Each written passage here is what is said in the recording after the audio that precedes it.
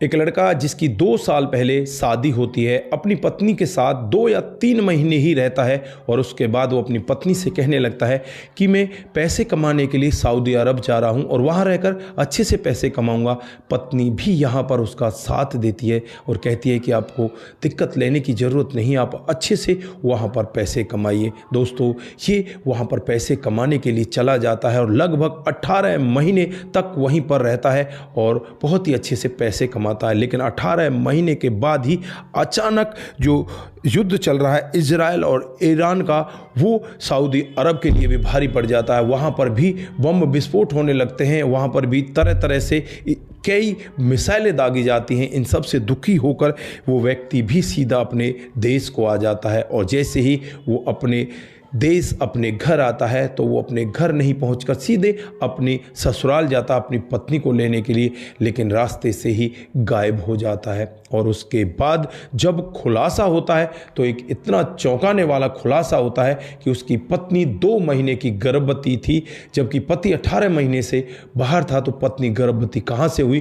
कौन था उसका पिता, क्या मामला हुआ था, किस वजह से ये व्यक्ति इस जहां को छोड़कर चला गया। अगर आप लोग भी पूरे मामले को डिटेल से जानना चाहते हैं तो वीडियो को जरा सा भी स्किप ना करें, लास्ट तक वीडियो को जरूर देखिएगा। आगे बढ़ने से पहले हमारी वही रिक्वेस्ट कि जो हमारे चैनल के साथ नए हैं कृपया करके चैनल को फॉलो कर लें, बेल आइकन को जरूर प्रेस करें। नमस्कार, जय हिंद। आप देख रहे हैं APH न्यूज राहुल रावत के साथ। दोस्तों, आज की जो हकीकत की घटना आप लोगों को बताने जा रहा हूं, बिहार के किशनगंज के अंतर्गत एक गांव पड़ता है। यहीं का रहने वाला एहसान, जिसकी कुछ दिन पहले यानी 2 साल पहले एक लड़की के साथ में शादी हो जाती है जिसका नाम समरीन होता है। और शादी होने के बाद बड़े अच्छे से ये एक दूसरे के साथ रहने लगते हैं। धीरे धीरे समय बीतता है, कुछ ही समय बीतता है। कुछ समय के बाद जो पति होता है वो सऊदी अरब कमाने के लिए चला जाता है।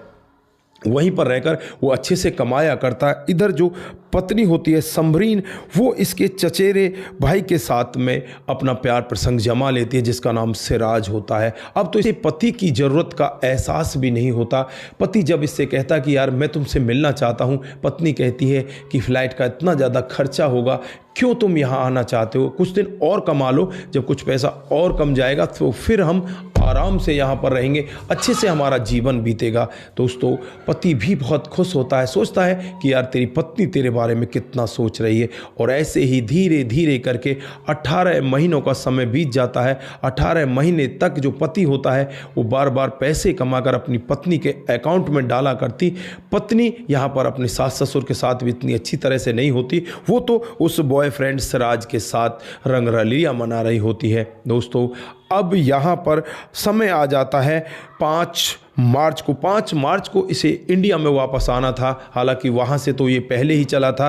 और जब ये 5 मार्च को इंडिया पहुँचता है और इंडिया पहुँचने के बाद सबसे पहले ये अपनी पत्नी को फ़ोन करता है और पत्नी से कहता है कि तुम कहाँ पर हो, मैं तुमसे मिलना चाहता हूँ, फटाफट घर पर आ जाओ या तैयार हो जाओ, मैं तुम्हें लेने के लिए आ रहा हूँ। दोस्तों, पत्नी कहती है ठीक है, आप मुझे लेने के लिए आ जाओ। लेकिन उससे पहले वो अपने बॉयफ्रेंड सिराज के साथ कुछ ऐसा टांका फिट कर चुकी थी, क्योंकि ये 2 महीने की गर्भवती हो जाती है। सिराज से कहती है कि इस बच्चे को गिरा दो, नहीं तो मेरे पति को पता चल जाएगा। सिराज कहता है कि ना तो मैं इस बच्चे को गिराऊंगा और ना ही तुमसे जुदा हूँगा, मैं तुम्हारे साथ रहना चाहता हूँ, तुम्हारे साथ अपने जीवन को व्यतीत करना चाहता हूँ। इस सब के लिए अब जो पत्नी होती है समरीन, वो कहती है तो मेरे पति को फिर रास्ते से हटाना होगा, वो मुझे लेने के लिए आ रहे हैं और तुम रास्ते में ही उसे घेर लो और उसे रास्ते में ही इस दुनिया से विदा कर दो। दोस्तों, होता भी कुछ ऐसा ही है। सिराज जैसे ही एक ब्रिज जो नदी के ऊपर बना हुआ होता है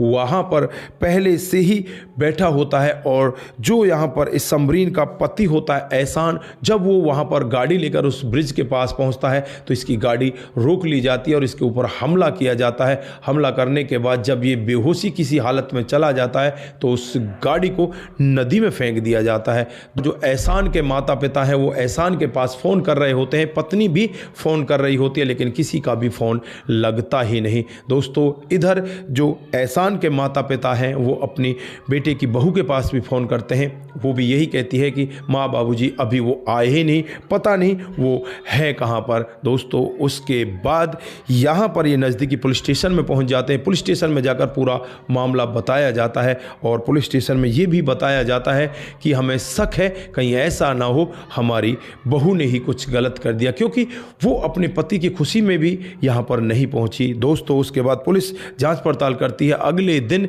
एक ब्रिज के नीचे एक गाड़ी पड़ी मिलती है जिसमें एक डेड बॉडी मिलती है, और जब उस डेड बॉडी को निकाल कर देखा जाता है तो पहले दृश्य में सब लोगों को यही लग रहा था कि इस गाड़ी का एक्सीडेंट हुआ है, लेकिन पुलिस यहाँ पर बहुत बारीकी से जांच पड़ताल करती है, देखती है कि जो लड़का इस गाड़ी में बैठा हुआ है एहसान, उसके बैक यहाँ पर इस हिस्से में चोटें हैं।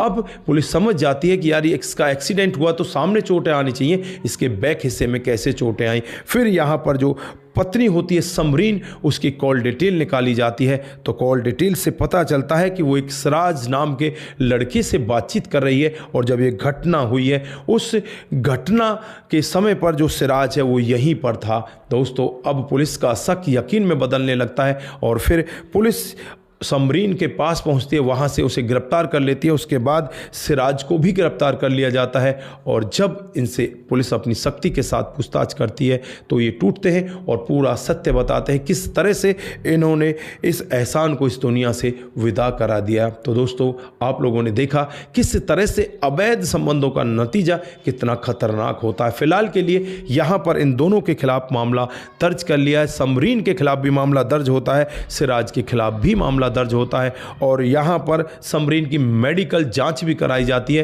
तो समरीन 2 महीने की गर्भवती भी मिलती है। दोस्तों पुलिस की समझ में आ चुका था कि समरीन के जो पेट में बच्चा पल रहा है वो सिराज का है, ना कि एहसान का, क्योंकि एहसान तो 18 महीने के बाद अपने देश को लौटा था। दोस्तों अब यहाँ पर आप लोग अंदाज़ा लगा सकते हैं कि आजकल का माहौल कितना गर्मा गया है, क्या कुछ हो रहा है हमारे इस देश में। नहीं तो पहले ऐसे भी समय हुआ करते थे जब पति 6-6 साल बाहर रहा करते थे, लेकिन पत्नी उसके साथ ही रहना चाहती थी और उसके जो आने का समय होता था उसका इंतज़ार करती रहती थी। लेकिन आजकल की पत्नियां तो ज़्यादातर ऐसी हो गई हैं, उसे तो हर समय पति की ज़रूरत होती है। दोस्तों मैं ये नहीं कहता कि हर एक पत्नी ऐसी हो गई है, अगर हर एक ऐसी हो जाएगी तो ये पृथ्वी ही नहीं बचेगी।